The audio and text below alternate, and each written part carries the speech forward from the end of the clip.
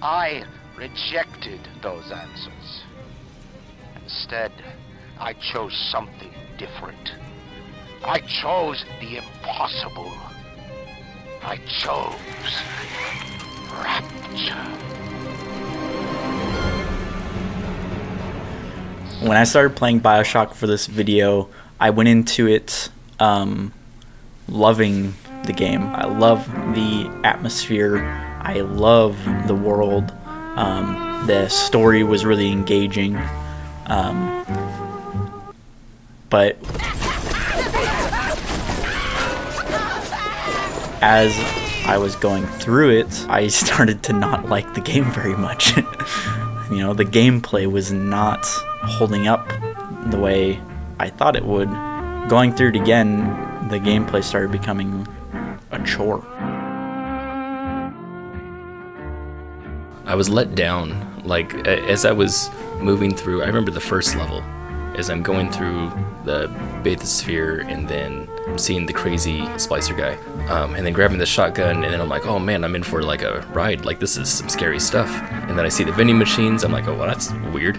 Then the gameplay starts setting in, where you see the splicers coming in waves, and then you see that there's a security system, and then you see you can hack things, and then the pattern goes over and over, and you're like, oh, it's this kind of game. Like, suddenly the game revealed itself to me.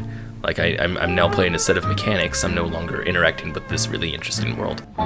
If I didn't care more than words can say. The gameplay can be creative and fun sometimes. The inclusion of plasmids in this game is really creative and is really interesting to have, and I think it's one of those remnants of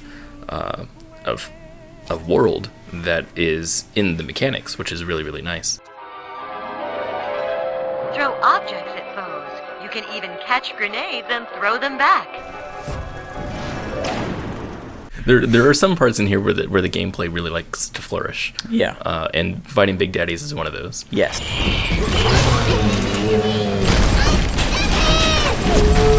It's just weird to go from this very imaginative, really cool world that's like unique and interesting with all these cool audio diaries that tell these cool stories. Diane, my dear, I'm sorry, but I'll be late again tonight.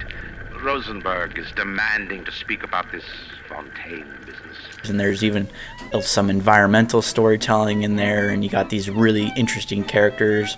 Andrew Ryan is this really compelling, interesting character. It's just not gelling with what's happening in your gameplay, you know, in your moment-to-moment gameplay. It feels inaccurate of what they're trying to do story-wise. I saw one of these smugglers having a game of catching on the docks today. This surprised me because his hands were crippled during the war. He was unloading the barge the other day. It feels like most of the mechanics in this game and the way they ramp up difficulty, everything's very obligatory. The programmers put this in because other people are used to playing these kinds of things in other games. And so if they come into this game and it's completely different, you know, they run the risk of making people not hang on to the game and not really understand what everything's about. It could have been, like a work of art. It could have been something unique, but it was a AAA game that was made for systems after system, and was a really high budget, you could see it in the graphics and everything for its time. And it feels all the more worse because of it. It may have appealed to much more of the masses, but it feels diluted. It could have been something bigger, and it feels like it didn't make it.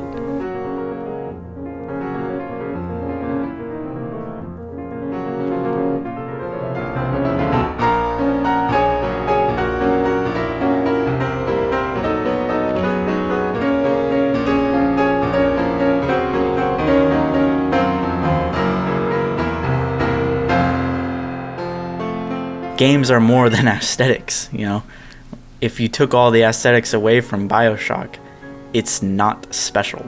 Right. At all. Bioshock is like a game that would make a better movie. Yeah. And it's because the aesthetics are so interesting, the story is so interesting, and it just doesn't mesh at all with their conventional, FPS sloppy tactics, that it just, you just want to thrive on the aesthetic part of it, and making that into a movie is something that could thrive. So tell me, friend, which one of the bitches sent you? The KGB wolf or the CIA jackal? Here's the news. Rapture isn't some sunken ship for you to plunder. And Andrew Ryan isn't a giddy socialite who could be slapped around by government muscle. And with that... Bioshock it's not a terrible game. I don't mean to be harsh on this game. This game is often lauded as a masterpiece, as one of the best games of all time, just really pristine game. But I really don't think it should be touted in the same breath as Half-Life 2 or any of the, sort of seen as greatest games of all time. In order for a game to be, transcendent, to be a masterpiece, it has to do things that not only coincide with each other, not only if you have a strong story, not only to have it complement the gameplay, but to do things that maybe other games haven't before, or to do things that are overall interesting and not mediocre. This game has so many headbutting ideas that just don't mix, and it's very annoying.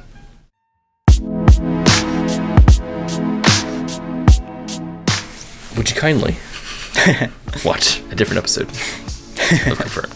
Me? Yes. I've watched them all. I edited one of them. What's our next game? Metal Gear Solid 2? Doom is our next one? Doom. Oh.